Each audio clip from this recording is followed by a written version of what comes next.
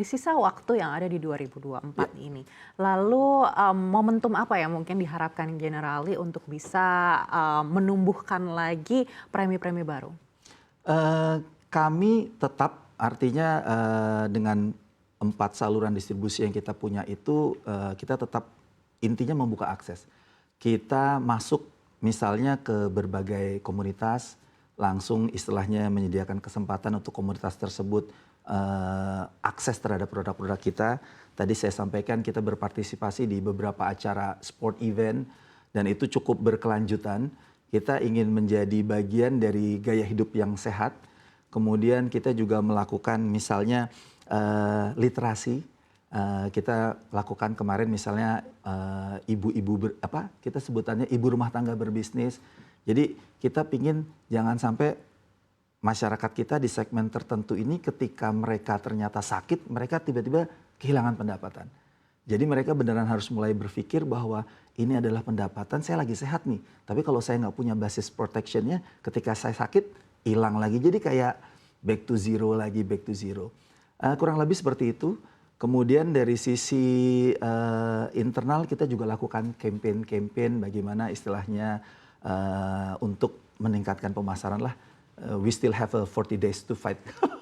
Baik, 45 days. dalam 40 hari ini kalau tadi Bapak sampaikan Ya, sebenarnya kontribusi terbesarnya itu masih dari produk endowment hingga 59% saat ini begitu ya? 59%. Apakah di produk yang sama ini yang masih dijagokan hingga 45 hari ke depan? Sebenarnya kita, kalau kita ini nggak ada yang kita jagoin sih Mbak. Pokoknya istilahnya kita sediain lah ini supermarket produknya kita ada gitu ya.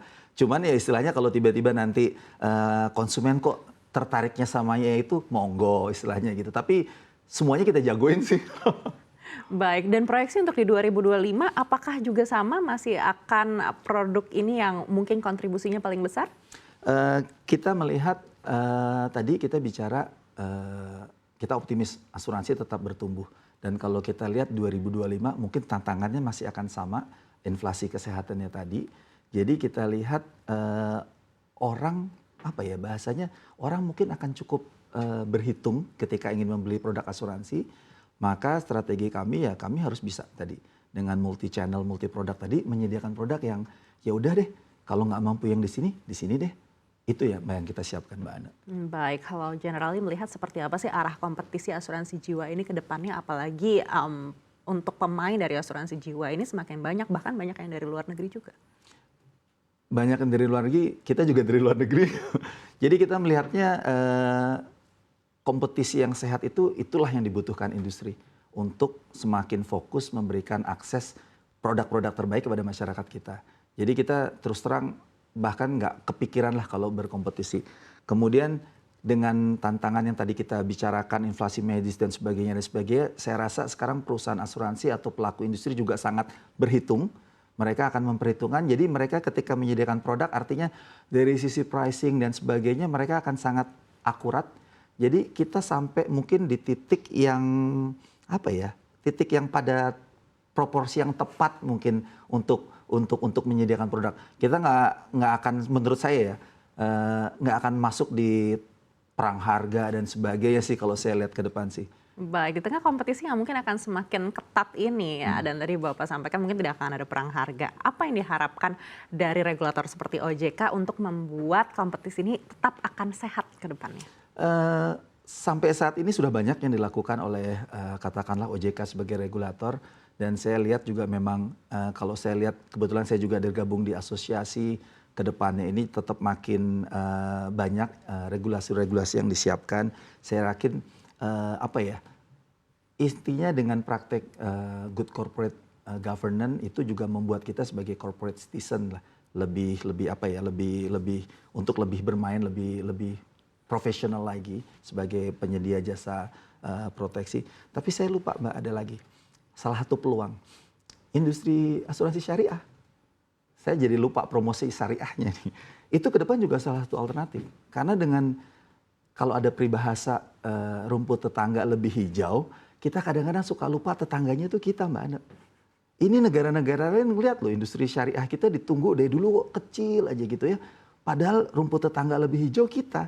Nah kita yang di dalam yang punya rumput yang lebih hijau ini kadang-kadang lupa. Itu juga tentu butuh kolaborasi dan kerjasama dengan seluruh pemangku kepentingan. Bagaimana ini adalah salah satu alternatif to growth juga untuk bertumbuh asuransi itu juga dari industri asuransi syariah, Mbak Ana. Baik, lalu bagaimana untuk produk PAID dan juga produk endowment di asuransi syariah? Apakah juga sama pertumbuhannya seperti yang di asuransi konvensional? Sama, mereka akan apa ya? Mereka kalau saya lihat juga sama ada shifting juga nih ke lebih ke produk-produk tradisional. Tapi kalau kita ngeliatin karakteristik asuransi syariah gitu ya, kayaknya mereka kok juga lebih seneng nyawarin yang tradisional gitu, karena istilahnya lebih dalam tanda kutip lebih mudah dijelaskan, memberikan kepastian. Jadi tergantung strategi masing-masing perusahaan sih. Mereka mau pilih produk yang seperti apa sih. Tapi more or less sama dengan yang di konvensional situasinya, Mbak Ana. Baik, tadi Bapak sempat mention sebenarnya asuransi syariah ini sudah bertahun-tahun tapi masih kecil saja begitu di Indonesia. Apa yang menjadi tantangan terbesar? Tantangan terbesarnya bahasanya gini, mungkin prioritization kali ya. Artinya bukan hanya dari kita pelaku industri, pemangku kepentingan atau stakeholders yang lain juga melihat bahwa dengan rumput tetangganya itu kita tetangganya harus bisa dicapai. Kalau kita lihat sukunya kan perkembangannya luar biasa. Tapi ketika suku itu kemudian hasil dari pembiayaan suku itu kemudian dipakai untuk proyek-proyek infrastruktur, kita harus lihat juga proyek infrastruktur itu juga harus di-cover oleh asuransi syariah misalnya. Jadi sinergi dan kolaborasi seperti itu masih bisa ditingkatkan, Mbak Ana. Bagaimana dari segi literasi? Sesulit apa untuk menyebarkan literasi tentang asuransi syariah ini? Kalau saya mungkin tantangannya akan sama dengan produk asuransi yang konvensional karena alhamdulillah nih Mbak Ana, karakteristik Muslim market di Indonesia itu luar biasa. 79% itu akan melihat dari fiturnya. Apa sih cocok buat saya, harganya seperti apa, what's in it for me-nya produk ini. Baru yang sekitar 21% itu yang harus syariah. Jadi kita punya apa ya, punya opportunity atau punya peluang yang luar biasa untuk mengembangkan produk asuransi syariah ini, Mbak Ana. Baik, di Generalis sendiri seperti apa komitmen untuk bisa mengembangkan asuransi syariah? Apakah juga sudah sama effortnya dengan asuransi atau produk-produk lain? Kita melihat masih harus kita kembangkan terus. Karena kalau dilihat umurnya juga kita persis November kemarin kita 7 tahun bisnis syariah. Kemudian kita juga punya komitmen pengembangannya ke depan. Masih banyak yang harus kita kejar, Mbak Ana, supaya bisa lebih apa ya, bisa lebih mumpuni lagi.